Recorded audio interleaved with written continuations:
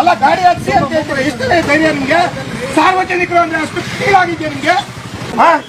ಅಷ್ಟು ಸುಲಭವಾಗಿ ನಿಮ್ಮ ಅಧಿಕಾರಿ ಹೇಳ್ತಿದ್ದಾರೆ, ನೀವು ತಿಂತೀರಾ? ಗಾಡಿ ಮೂವ್ ಮಾಡಿ, ಬೇರೆ ಕೆಲಸ ಗಾಡಿ ಮೂವ್ ಮಾಡು ಅಂದಾಗ ಹೆಂಗ್ ಮಾಡೋದು ನೀವು ಗಾಡಿನ? ನನಗೆ ಜೋರ್ ಮಾಡ್ಬೇಡ, ಗಾಡಿ ಮೂವ್ ಮಾಡು ಅಂದಾಗ ನನಗೇನ್ ಜೋರ್ ಮಾಡ್ತೀವಿ? ಮೂವ್ ಮಾಡಾಗ ಮಾಡ್ತೀನಿ ನಾನು. ನಾನು ಆಗ್ಲಿಂದ ನೋಡ್ತಿದ್ದೀನಿ. ಸುಮ್ಮನೆ ಡ್ರೈವರ್ ಸರ್ ಕಣ್ಣ ಮಾತಾಡಕ್ ಬರಲ್ಲ. ನಿನ್ನ ಐಡಿ ಕಾರ್ಡ್ ಎಲ್ಲಿದೆ? ನಿನ್ನ ಐಡಿ ಕಾರ್ಡ್ ಚೈತನ್ಯ ಇಂಡಸ್ಟ್ರಿಯಲ್ ಸ್ಕೂಲ್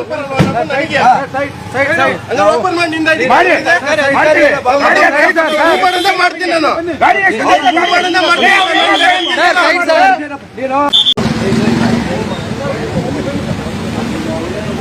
ಅಲ್ಲ ಗಾಡಿ ಮೂವ್ ಮಾಡಿ ಅಂದಿದ ತಕ್ಷಣ ಎಷ್ಟು ಧೈರ್ಯ ಸರ್? ನಮ್ಮೆಲ್ಲ ಸಂಪರ್ಕ ನಡೀರಿ ಸರ್. ವಿಡಿಯೋ ಸಮೇತ ಆಗಿದೆ, ವಿಡಿಯೋ ಸಮೇತ ಆಗಿದೆ, ಲೈವ್ ಅಲ್ಲಿ ನೋಡ್ತಾ ಇದೆ ವಿಡಿಯೋ.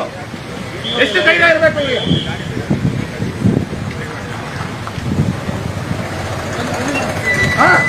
ಅಲ್ಲೇ ರೋಪ ಈಗ ಹಾಕಪ್ಪ ರೋಪು. ಏನು ನಾನು ಒಬ್ಬ ಡ್ರೈವರು ಈ ಮಾತಾಡಿದ ವಿಧಾನ ಸರಿ ಇಲ್ಲ. ಹೆಂಗೆ ಹತ್ತಿಸ್ತೆ ಅವ್ರು ಹೇಳಿದ್ರು ಅಂತ ಹೇಳ್ಬಿಟ್ಟು ಗಾಡಿ ಹಚ್ಚಿ ಲೈವ್ ಅಲ್ಲಿ ಇದೆ, ಪ್ರತಿಯೊಂದು ಇದೆ, ನಾನೊಂದು ಮನುಷ್ಯ. ಲೈವ್ ಅಲ್ಲಿ ಇದೆ, ಸುಳ್ಳು ಹೇಳ್ಬೇಡ. ಕಂಪ್ಲೇಂಟ್ ಬುಕ್ ಆಗ್ಬೇಕು ಸರ್ ಇದು.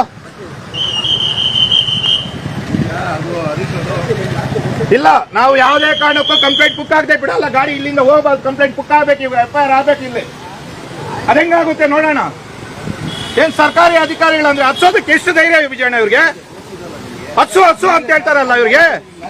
ಉದಾಹರಣೆ ಕೊಟ್ಟು, ಯಾಕಂದ್ರೆ ನಮ್ಮೊಂದು ಎಕ್ಸ್ಪೀರಿಯನ್ಸ್ ಮಾಡಿ